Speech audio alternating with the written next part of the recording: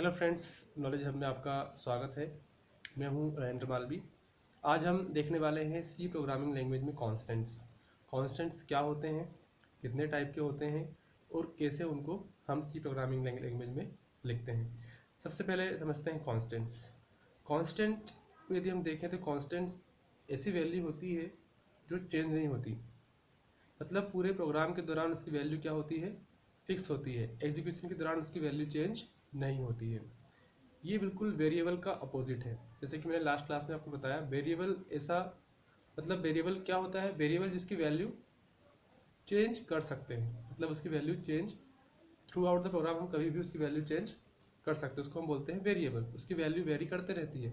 मतलब कांस्टेंट क्या है, कांस्टेंट जिसकी वैल्यू फिक्स रहती है throughout the program, value change नहीं होती, उसको हम बोलते हैं कांस्टेंट। अब कांस्टेंट की वैल्यू हमने बोला कि फिक्स रहती है, चेंज नहीं होती है, इसको हम बोलते हैं कांस्टेंट। इसको एक और नाम दिया गया है लिटरल कांस्टेंट या लिटरल्स। क्या बोलते हैं, लिटरल्स। सिंपल वर्ड्स में हम कहें लिटरल्स, ठीक है। अब कितने टाइप के होते हैं कांस्टेंट। यदि हम नंबर यूज कर रहे हैं, मतलब हम चाहते हैं कि नंबर जो भी यूज कर रहे हैं वो चेंज ना हो, ठीक है, तो उसके हिसाब से क्या होगा, वो नंबर टाइप का कांस्टेंट होगा।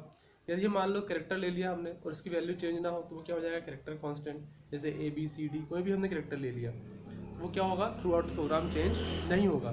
जैसे हमने कोई स्ट्रिंग ले लिया, जैसे कोई नेम, रवि, है ना, श्याम, हेलो, हाय, ऐसा हमने कोई स्ट्रिंग ले लिया, तो वो स्ट्रिंग भी क्या होगा, यदि कांस्टेंट है तो throughout the program change नहीं होगा। तो इसी आधार पर टाइप होते हैं। एक है आपका इंटीजर कांस्टेंट। क्या है, इंटीजर कांस्टेंट। इंटीजर कांस्टेंट में इंटीजर टाइप की वैल्यू आएगी, जस्ट लाइक 1 2 3 4 5, ठीक है। इसमें फ्रैक्शनल पार्ट इंक्लूड नहीं होगा, ठीक है। इसको हम बोलते हैं इंटीजर कांस्टेंट। यदि हम फ्लोटिंग कांस्टेंट की बात करें तो फ्लोटिंग कांस्टेंट में डेसिमल पॉइंट वाली वैल्यू भी आएंगी। फिर कैरेक्टर कांस्टेंट में कैरेक्टर्स आएंगे, आपके normal character just like A B C D, या फिर special characters slash T slash N, है ना। स्ट्रिंग लिटरल्स, स्ट्रिंग लिटरल्स मतलब जब हमें कलेक्शन ऑफ कैरेक्टर यूज करना हो, एक से ज़्यादा कैरेक्टर यूज करना हो एक साथ, तब हम क्या यूज करेंगे, स्ट्रिंग लिटरल्स। फिर इसमें कुछ एनिमेटेड कांस्टेंट भी है, ये भी इसी का कांस्टेंट का ही हिस्सा है। तो इस प्रकार से हम क्या कर सकते हैं, कांस्टेंट को समझ सकते हैं।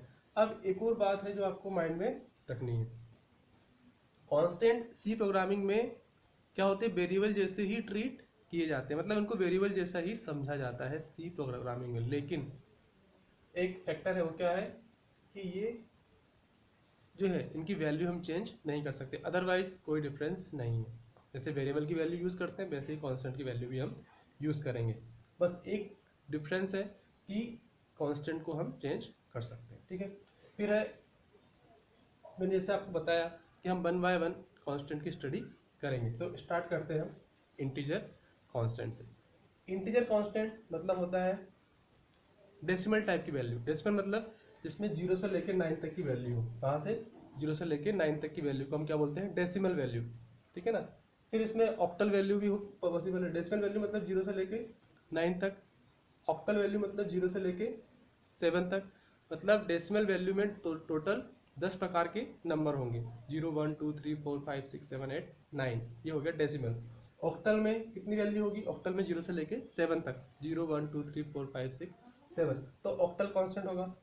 हेक्साडेसिमल में 16 होंगी, 0 से लेके 9 तक तो हम नंबर यूज करेंगे, बाकी फिर हम A B C D E F use करेंगे। 10 11 12 13 14 15 16, 16 मतलब ए से लेके 16 तक हम अल्फ़ाबेट यूज करते हैं, A B C D E F, ठीक है। इस तरीके से हम यूज करते हैं। तो ये होता है हेक्साडेसिमल। तो इंटीजर कांस्टेंट को हम डेसिमल, ऑक्टल और हेक्साडेसिमल के आधार पर यूज कर सकते हैं। अब बात आती है इसको लिखते कैसे हैं। यदि हम हेक्साडेसिमल नंबर यूज कर रहे हैं सी में, तो इसकी स्टार्टिंग कहाँ से होगी, 0x से होगी। कहाँ से होगी, 0x। यदि कोई नंबर 0x से स्टार्ट हो रहा है, सिंपल सा मतलब क्या है, वो हेक्साडेसिमल नंबर है। और यदि कोई नंबर कहाँ से 0 से स्टार्ट हो रहा है, तो वो क्या है, ऑक्टल नंबर है। और यदि कोई नंबर 0 और 0x से स्टार्ट नहीं हो रहा है, सिंपल सी बात है कि वो डेसिमल नंबर है, ठीक है। तो इस प्रकार से हम क्या कर सकते हैं, उनके बेस के आधार पर, उनकी रेडिक्स के आधार पर ये डिसाइड करते हैं कि वो नंबर किस प्रकार का है, ऑक्टल है, डेसिमल है या हेक्साडेसिमल है। अब हम बात करेंगे एग्जाम्पल की। जैसे 212 क्या है, किस प्रकार का नंबर है, डेसिमल है ना। 215u अनसाइंड इंट है, 0x फील ना, ये क्या है हेक्साडेसिमल। तो इस प्रकार से हम क्या करेंगे, नंबर को डिसाइड करते हैं। जैसे 85 ऑक्टल डेसिमल नंबर है, ठीक है ना, ये 0215 ऑक्टल है। 85 डेसिमल क्यों है, क्योंकि इसमें 8 यूज हुआ है और 8 ऑक्टल में नहीं होता है, ठीक है। और इसमें देखिए आप कोई अल्फाबेट भी नहीं है तो ये हेक्साडेसिमल भी नहीं है। फिर 215 ये ऑक्टल नंबर है, क्योंकि इसमें वैल्यू क्या है 7 से ज़्यादा नहीं है, तो हम इसको ऑक्टल नंबर में कंसिडर कर सकते हैं। फिर 0x ये क्या है हेक्साडेसिमल है, क्योंकि स्टार्ट कहाँ से हुआ है 0x से हुआ है। तो इस प्रकार से इन रूल के बेस पर हम जज कर सकते हैं कि वाकई वो नंबर ऑक्टल नंबर है या नहीं, हेक्साडेसिमल है या नहीं, ठीक है। फिर 30u, इसका मतलब क्या है, u का मतलब होता है अनसाइंड, ये अनसाइंड इंट है, इंटीजर तो है लेकिन कैसा है अनसाइंड। 30l ये इंटीजर लेकिन कैसा है लॉन्ग इंटीजर है।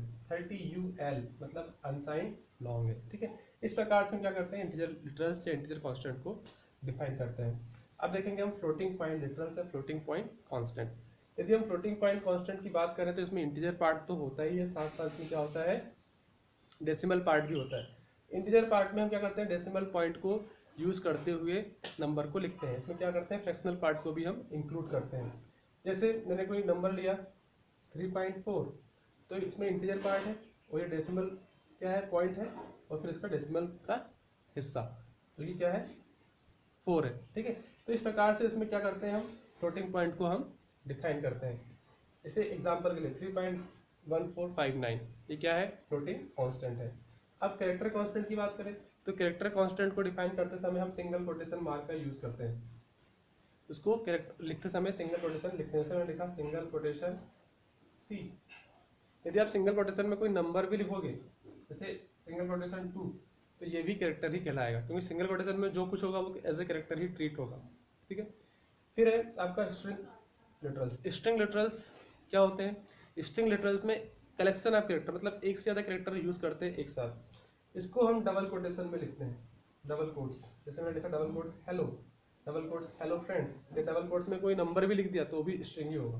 ये डबल कोट्स में लिख दिया 214, तो ये भी क्या है स्ट्रिंग है, ठीक है। तो डबल कोटेशन में जो कुछ होगा एवरीथिंग इज स्ट्रिंग।